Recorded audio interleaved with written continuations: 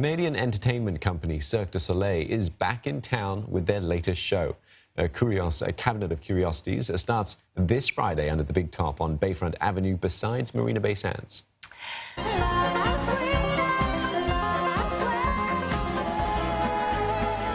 Set against an energetic gypsy jazz electro swing soundtrack, the show tells the story of a scientist called the Seeker and his strange cabinet of curiosities.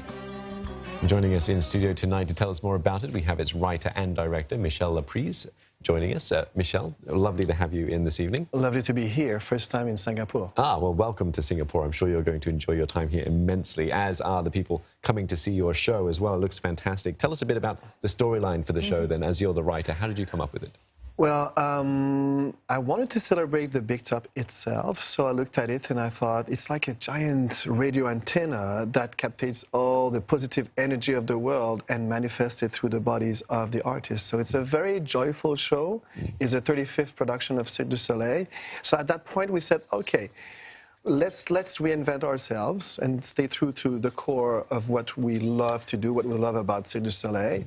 But that's things that we could do differently. So we, together with the creation team, we took 2 years to develop that show. And we brought new disciplines that we've never done before at Cirque du Soleil. We have a giant trampoline that's bigger than the stage, something new. And you know, at first we tried and didn't work. Then we called the engineers again because there was so much tension on the net, and so on and so on. And as you saw, we fly juggler in the air. We have contortion higher than before. The whole stage is lower, so the eyes of the audience are at the same level of the cast, so it changes everything. It makes a show that's warmer, that's more intimate. We have a lot of characters that are humans, not just like creatures, you know, like we sometimes do very well.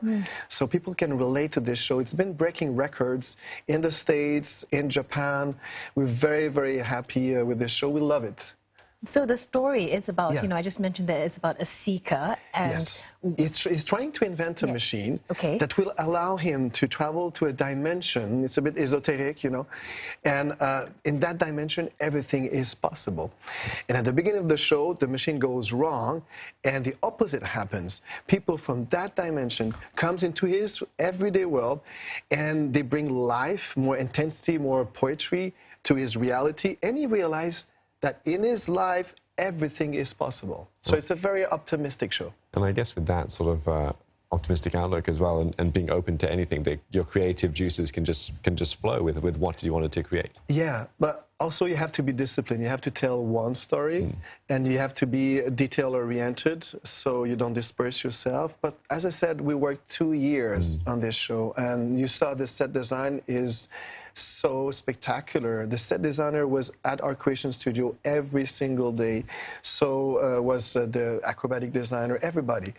And it's a beautiful story. It's set in the second half of the 19th century, because when I was doing research, I realized that so many things happened within 15 years.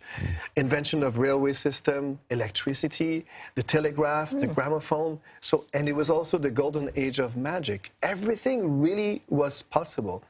And when we created the show, it's already 5 years ago, but it feels fresh.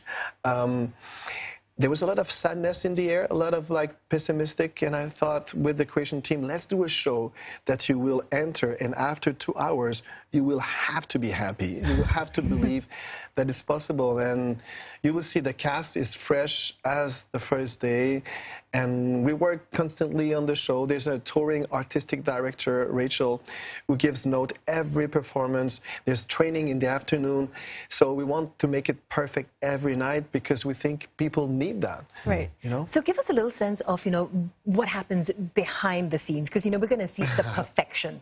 You know, that is what you're aiming for, the perfection. Every single move has been coordinated. But what happens behind the scenes during the rehearsals? Give us little snippets of that. The rehearsals? Well, you do a version of the scene, and then you change it completely, and then you bring the first version. We take a good 2 months in Montreal to create the whole staging and the choreography and stuff, and you test the costumes, the apparatus, and then we go into the Big Top. Then you have another month. So we we work very hard, and we are always open to change our mind until it's perfect. But you're right, we're reaching for the excellence and perfection, but also for the emotion. So to me, if it's perfect but it's cold, it has to touch your soul and your heart, and it has to transform your life. And we've had people coming. I'll tell you a quick anecdote. In Chicago, we had a woman, she took her old father to the show, and he had lost the consciousness, you know, because of dementia and stuff like that. He was not himself. And at one point during the show, he was touched by the magic, and she said, we saw her father. He was talking to us, first time in 5 years. So things like that. We've had like autistic kids coming to see the show and suddenly having a click. But this is also for everyday people. Like I love this show. Right. I visit it often because it recharges my batteries and makes me feel good. And we have it every day. People lives are touched by that. Yeah, well, I'm sure people are going to enjoy it here in Singapore as well. Thanks so much for coming in and sharing your story with us. Michel Laprise, writer and director of Cirque du Soleil's latest show, Cabinet of Curiosities.